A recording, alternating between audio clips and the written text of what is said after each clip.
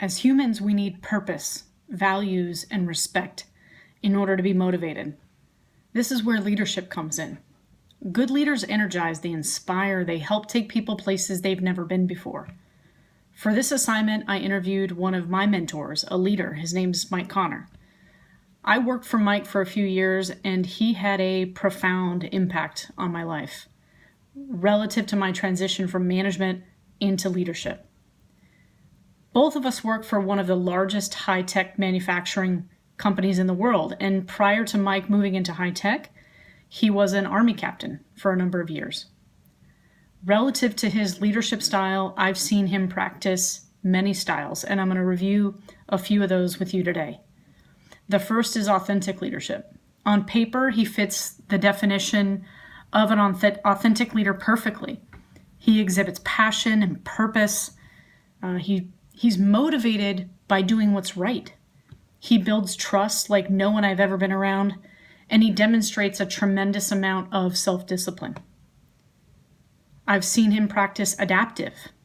He meets people on their level. He meets them where they are relative to their journey towards leadership. He has the ability to adapt to the followers' needs in order to help them become their best self. I've seen him practice situational. He uses a style to motivate and inspire those of us who follow him in the high-tech corporate world, and that's very different than the style he used to use to motivate his troops when he was in Iraq or different countries when he was a captain in the Army. Specifically, the path goal theory. The people following him are more motivated to be productive when they believe that successful task completion will provide a path to a valuable goal. And in those situations, the goal was very specific, such as better positioning on your enemy, saving hostages in situations like that, or simply defeating the enemy. I've also seen him practice transformational leadership. With me, that's what he practiced. He has an innate ability to cast a vision and a mission, inspire, build trust. He often communicated very high expectations of me and then would empower me and enable me to figure out how we got to our goal completion. He would use symbols to focus efforts. One of his mottos was focus and simplify. All right, so we could be working on something incredibly difficult, and he would say, we got to take a step back. Let's focus and simplify in a specific area. He enhances understanding of goals and clarifies what we're trying to accomplish by stimulating problem-solving conversations. He doesn't take you to the solution. He leaves you little breadcrumbs and teaches you tactics and methods so that you learn how to do it. You're not just being told how to do it.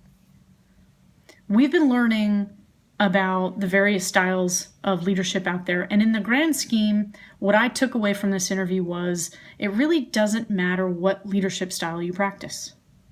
I think what truly matters is whether or not you're presenting your authentic self to the people who follow you, and whether or not you're willing to put your ego aside for the betterment of others. I asked Mike if he could go back in time and be any leader, who would he be? He said Dwight Eisenhower. So a quick history lesson, Eisenhower was a president of the United States during World War II.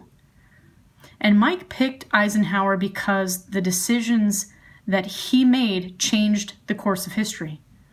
He led a fight in the face of evil that the world had never seen. Eisenhower not only inspired his staff, but other nations and those who spoke different languages. Our text calls out Eisenhower and says he was a careful observer of people and could sense what each individual needed. Perhaps he was an adaptive leader. Maybe that was his primary style.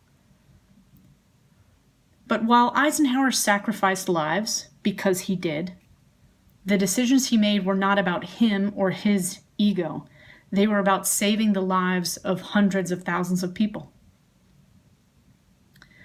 So regardless of the style that you practice, you have the ability to energize and motivate and inspire, as do I.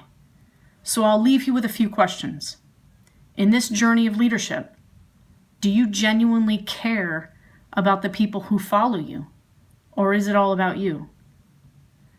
Are you the type of leader that you would want to follow? Think about it, and thanks for watching.